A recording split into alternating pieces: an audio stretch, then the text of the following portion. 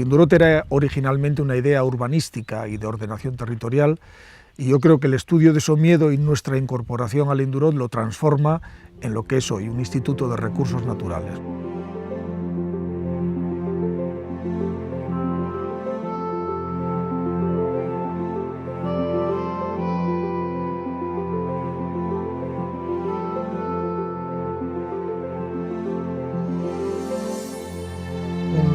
Que representaba muy bien la diversidad y la naturaleza del medio rural de la montaña cantábrica. Se conservaba el modo tradicional de manejo del ganado.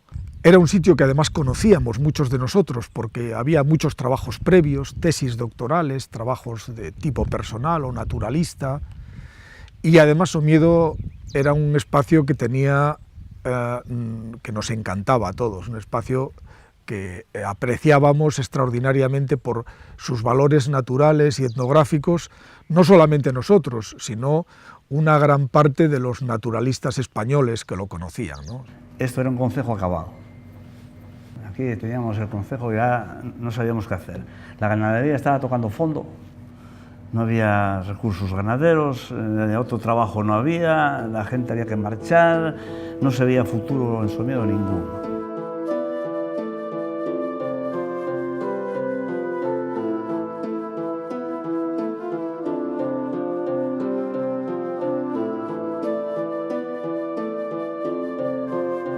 Lo que pretendíamos era interpretar globalmente el territorio, y para eso teníamos que tener en cuenta todos estos aspectos de tipo socioeconómico, y además todos los elementos de tipo natural que desarrollábamos algunos de nosotros. Se alquiló una casa en Pola de Somiedo para los investigadores y durante un año pues, hubo continuamente gente ubicada en el espacio, ¿no? Ahora pues moverse es más fácil, en aquel momento era más difícil y el modelo de trabajo era distinto, ¿no? Esa interdisciplinariedad se manifestaba permanentemente en las reuniones que hacíamos para conjugar la información y para intentar dar un valor añadido a la misma.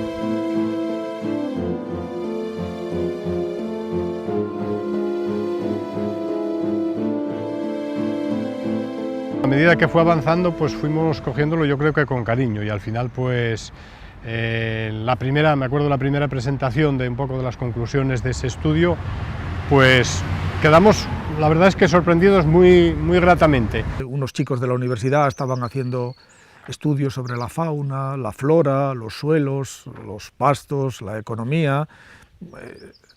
Circulábamos por el pueblo y íbamos siendo caras conocidas y esto pues siempre hemos sentido amabilidad y afabilidad y yo creo que tampoco al principio había ninguna expectativa de que el estudio sirviera para cambiar nada. No es un estudio solamente para comprender Somiedo, sino que es un estudio para comprender Somiedo y después hacer una propuesta de gestión adaptada a la naturaleza del espacio. Nosotros lo que pretendíamos era pues, hacer carreteras, hacer pistas, hacer traídas de agua, llevar el teléfono a los pueblos y veíamos a veces pues eso, como un conflicto que después la verdad es que no lo fue.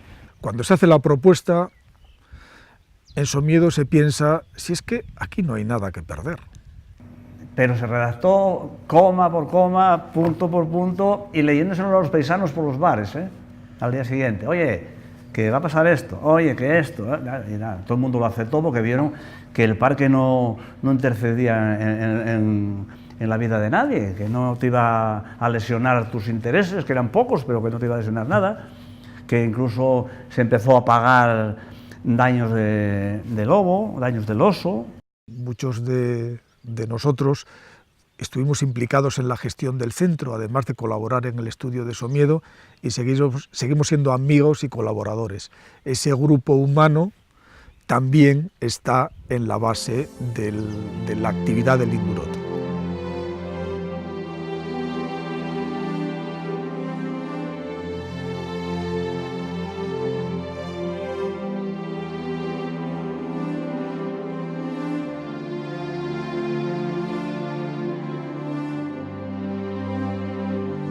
La cartografía temática es un intento de plasmar en una información cartográfica la distribución de los recursos naturales. Ese proyecto duró 11 años y en ese tiempo conseguimos tener la cartografía de todo el territorio regional. Y eso ha sido la base realmente para el resto de proyectos, porque teniendo una información de base, eso te permite analizarla de diferentes maneras y ha sido muy útil para las otras cosas que se han hecho a partir de entonces. Y todo eso tuvo su consecuencia cuando se crea el Plan de Ordenación de los Recursos Naturales.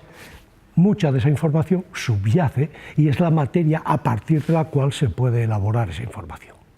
Hace 30 años, cuando empezamos, en Asturias no había ningún sistema de información geográfica, nadie trabajaba con ello. No había tampoco la capacidad económica para poder comprar los sistemas que en ese momento empezaban a venderse, eran muy costosos.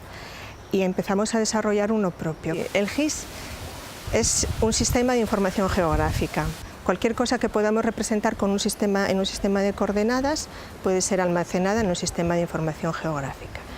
Y eso significa que podemos almacenar en diferentes capas diferentes informaciones del mismo territorio. En los últimos años se están produciendo en la riqueza vegetal del Principado de Asturias algunos hallazgos, igual que en todo el mundo.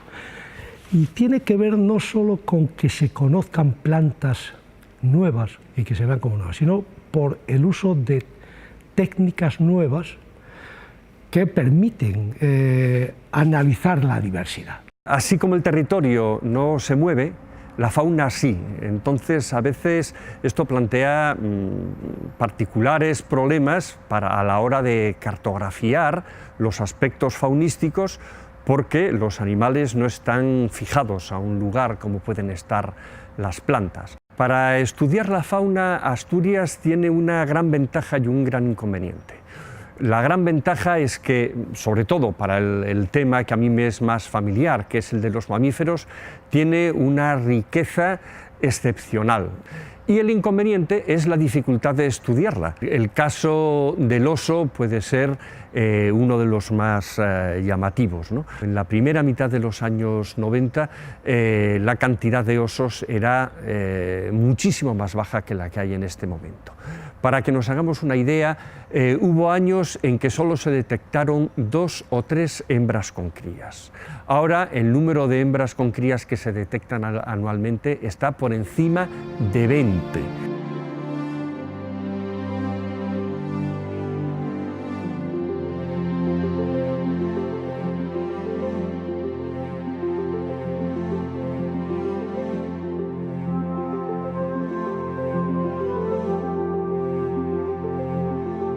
Generamos un equipo de unas 30 personas, de las áreas de botánica, ecología, zoología, etcétera, los mejores que había en aquel momento, para analizar el estado natural de toda esta zona. Lo que había era fundamentalmente caserías, praderías, prados, algunos cultivos herbáceos y eucaliptales. La declaración de impacto ambiental que emitió la Administración indicaba que Dupont lo aceptaba, debería realizar todo este conjunto de actividades para mejorar el entorno del territorio. Al año siguiente nos hicieron el encargo de la restauración integral de lo que es el entorno del complejo. Todo esto era una gran plantación de eucaliptos y ahora mismo, 25 años después, yo siempre pensaba de aquella, ¿cómo lo veré dentro de 25 años? Esto será un desastre o no, y pues no vienes. Y lo que ves es un gran bosque de robles, y lo que ves aquí donde eran unos prados, pues ves un humedal que parece casi natural, mirándolo desde aquí es natural, y que está declarado zona de especial protección de las aves. El segundo gran proyecto que nosotros desarrollamos aquí fue el proyecto de apantallamiento visual. El tercer proyecto es el ajardinamiento de Sontara. Tenía por objetivo fundamentalmente disminuir el mantenimiento, y eso se hace fundamentalmente con la utilización de no tanto de especies herbáceas, sino de matorrales, de arbustos. Y mirándolo en perspectiva, en los últimos 25 años yo no conocí otro proyecto tan ambicioso y participé en muchos otros después, pero ninguno tenía el grado de planificación que tuvo este, ni la dedicación por parte de la empresa, o sea, el interés de la empresa en desarrollar algo emblemático, ni tuvo los resultados que este.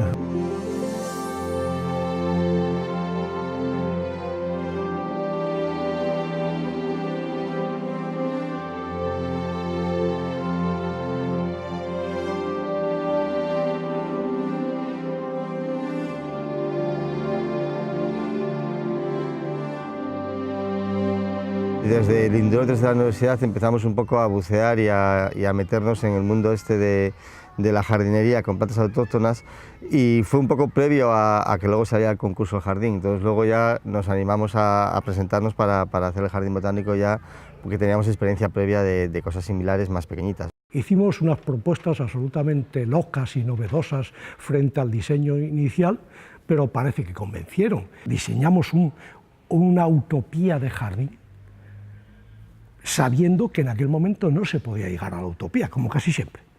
En la actualidad sigue creciendo en muy buena medida de acuerdo con ese diseño global que hicimos. Es un jardín de tipo ecológico que lo que intenta recrear además son ecosistemas naturales, con una componente muy grande de museografía. Se ha trabajado mucho en los contenidos de los museos que tiene el jardín, y la verdad es que se ha convertido en un escaparate excelente pues, para mostrar las riquezas de flora y vegetación de todo el norte de España, de todo el Cantábrico especialmente. La universidad entra en el jardín desde el principio, porque el Ayuntamiento de Gijón sacó a concurso público el desarrollo de ideas para desarrollar el jardín botánico, y entonces desde el Induro también se me encargó que generara un equipo para ir a ese concurso público. El proyecto que más gustó fue el que generó la universidad. Y entonces luego hemos estado trabajando de aquella pues casi 3 años desde puertas adentro haciendo el proyecto. Entonces la propia obra del jardín se desarrolló desde la universidad.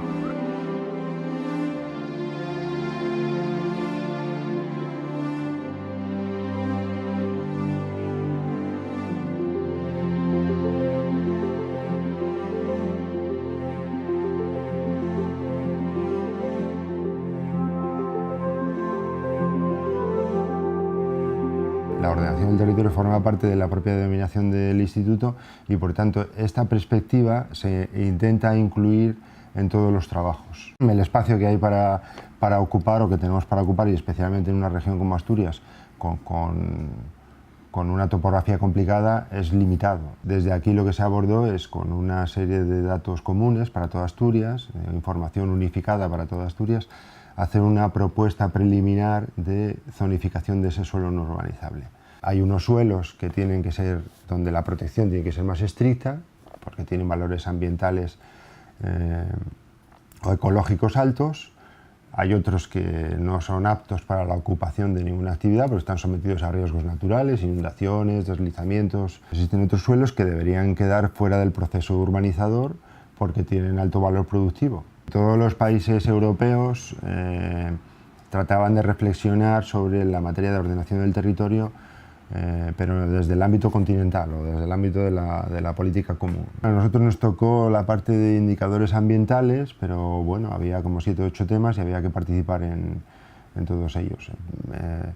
Temas tan diversos como la gobernanza o la cohesión social o las infraestructuras, patrimonio cultural. Las demandas por parte de las administraciones han ido creciendo en lo que respecta al análisis geomorfológico del terreno, sobre todo en relación pues, con el tema de costas, el tema de inundaciones, establecer delimitaciones del dominio público, pues, hidráulico, en ríos, o el marítimo terrestre en costas. En el caso concreto del área de geomorfología, nosotros identificamos el peligro, ¿no? Pues la frecuencia de inundación, la velocidad de la avenida o el calado alcanzado, pero luego en el área adyacente, pues con Laura en economía, Arturo en geografía, se analiza la vulnerabilidad de esos elementos expuestos, el análisis integrado.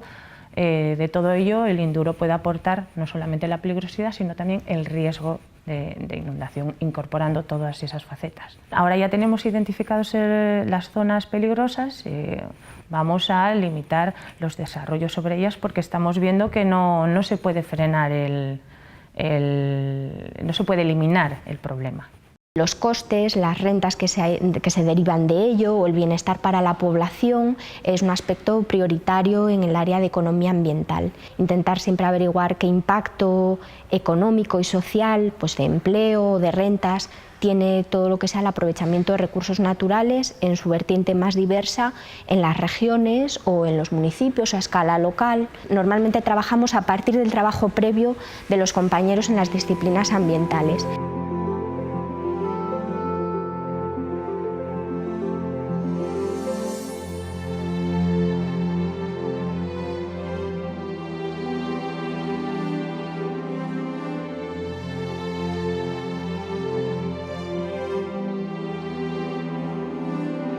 Nos permiten obtener información tanto de día como de noche, porque las bandas ópticas dependen del sol, entonces solamente las podemos ver de día, pero de las bandas térmicas también hay de noche. Entonces, en las bandas térmicas lo que detectamos son excesos de calor, ¿eh? Entonces, en los excesos de calor pues podemos detectar pues, focos activos, por ejemplo, que normalmente se corresponden con incendios. Nosotros actualmente estamos generando pues, el NDVI, que es el índice de vegetación, y esa composición pues, te facilita ver el nivel de absorción de la cobertura arbórea y los procesos fotosintéticos que ocurren en las plantas.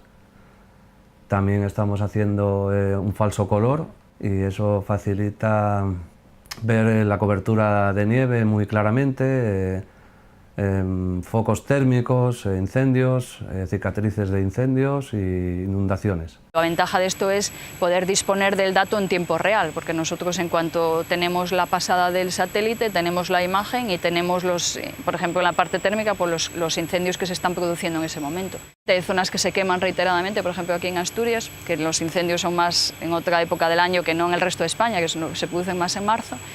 Bueno, pues lo que hacemos es meterlo en capas de modelos de GIS, por ejemplo, que llevan, pues aparte pues, de la pendiente, del tipo de combustible, todo tipo de información, pues zonas que se han quemado en el pasado y que son más susceptibles de volver a quemarse. Entonces hacemos también modelos de riesgo de incendios. En la web del Indurot, que es www.indurot.niobi.es, hay una sección que es MODIS y dentro de esa sección se cuentan todos los enlaces del tema este de la MODIS. Secuencias, ejemplos, incluso noticias que nosotros elaboramos al vuelo.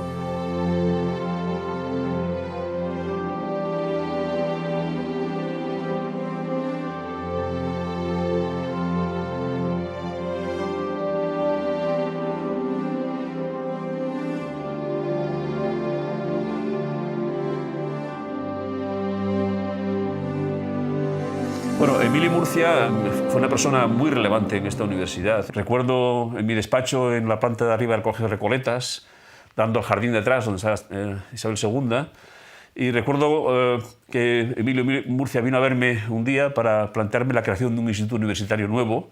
La propuesta de nombre que traía él para el instituto era Instituto de Ordenación del Territorio y Urbanismo, que en acrónimo resultaba ser Indotur, ¿no? Y yo le dije, hombre, Indotur como nombre parece más bien el de una agencia de viajes, sino de un instituto de investigación. ¿Por qué no hacemos al revés? Y ponemos urbanismo delante, ordenación del territorio después, y entonces nos sale Indurot. Y ya parece, es un nombre un poco fuerte, sonoro, y ya no parece una agencia de viajes, sino parece más un centro de investigación. Yo creo que si Emilio mirara ese resultado, se sentiría realmente orgulloso, porque el Indurot ha tenido incidencia muy notable en la gestión de los recursos naturales en Asturias y en España a través de la preparación de casi 300 trabajos técnicos sobre muy diversas materias. Yo creo que esa investigación aplicada interdisciplinar es el referente de la actividad del Indurot en los últimos años y también el futuro inmediato del centro. Antes de pasar a la universidad como profesora, estuve 10 años trabajando aquí con contratos, distintos proyectos de las convocatorias nacionales, de investigación, de la administración, etc. Bueno, como otros compañeros, creo que ya hablasteis con ellos, que siguen trabajando, que están aquí en el Indurot. Ha pasado mucha gente y ha aportado, pues, ha funcionado muy bien. Es un equipo que ha sido muy trabajador y un saludo a todos. Yo a veces pienso que si no hubiera cogido este tren, el tren del Indurodo en su momento, pues a lo mejor no hubiera cogido el tren de la actividad profesional. Mi disciplina es una carrera eminentemente científica y entonces pues a veces el tren de llegar a tener una actividad profesional es difícil de coger. Y el Indurodo en eso ha cumplido un papel fundamental en mi caso y en el de muchos otros. El sistema de trabajo del propio instituto es muy enriquecedor porque yo a lo largo de estos años he trabajado con geólogos, con biólogos, con economistas, con arqueólogos, hasta con gente de publicidad y de comunicación. Aquí, por ejemplo, es una parte en la que se hace un esfuerzo por eso, ¿no? Y se dice, bueno, pues es que tengo que hacer un mapa de suelos muy sencillo para que el gestor que le responda a él a las 4 preguntas que necesita y no el mapa del hiperespecialista que yo entiendo que lo mirará y dirá, bueno, sí, claro. No, como lo mismo con la vegetación, con un riesgo geológico, con lo que sea. Y una tarea a futuro, aunque no sea exclusivamente nuestra, por supuesto, tiene que ser no solamente trabajar en proyectos aplicados, no solamente hacer docencia orientada a futuros profesionales, sino también participar en la difusión pública de este conocimiento, apuntar las deficiencias que se están, digamos, detectando en la gestión de los recursos naturales, porque eso debe contribuir a una mejor percepción por parte de la sociedad de los problemas, que es imprescindible.